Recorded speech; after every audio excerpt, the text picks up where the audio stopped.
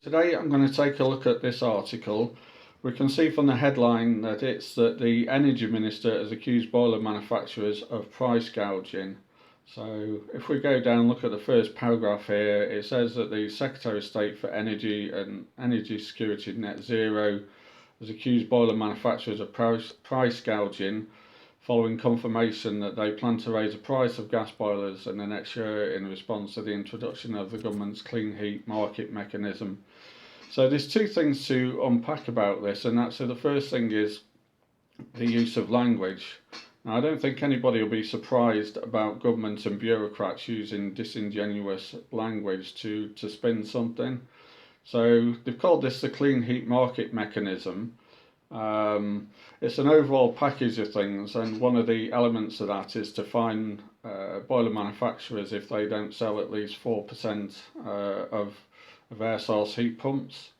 But we know that air source heat pumps are powered by electricity, which is partly created from fossil fuels. So at best, you would actually call this a cleaner heat market mechanism, not clean heat market mechanism.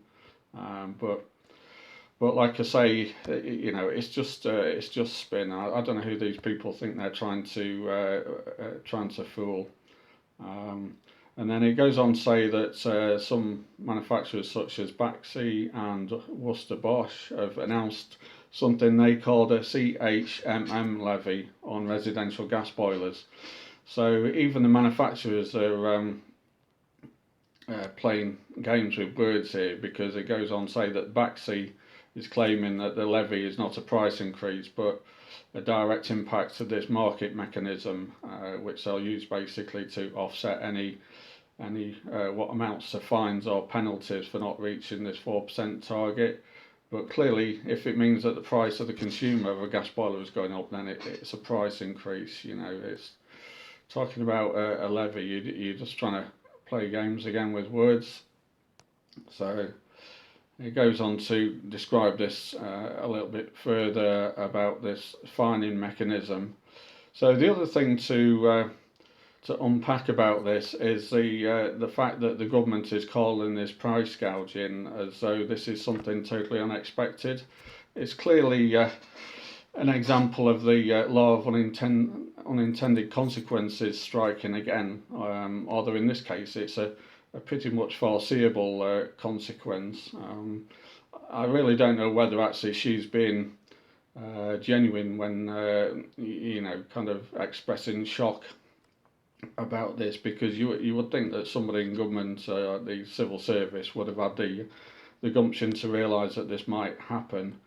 I think the government's are claiming here, we can see a paragraph further down, that industry estimates that the market overall is selling 4% at the moment, and therefore it's extremely unlikely that anyone will be fined. But of course, manufacturers are going to want to offset any potential fines that they might get. You might also ask the question, well, if the government thinks that they're already selling at that target rate and nobody's going to be fined, then why do they even need that fining mechanism in the first place?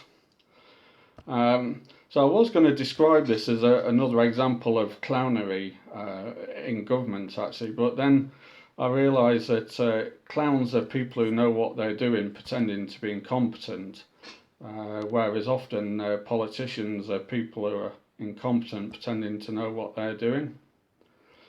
Okay, so I don't think there's anything else to talk about in there.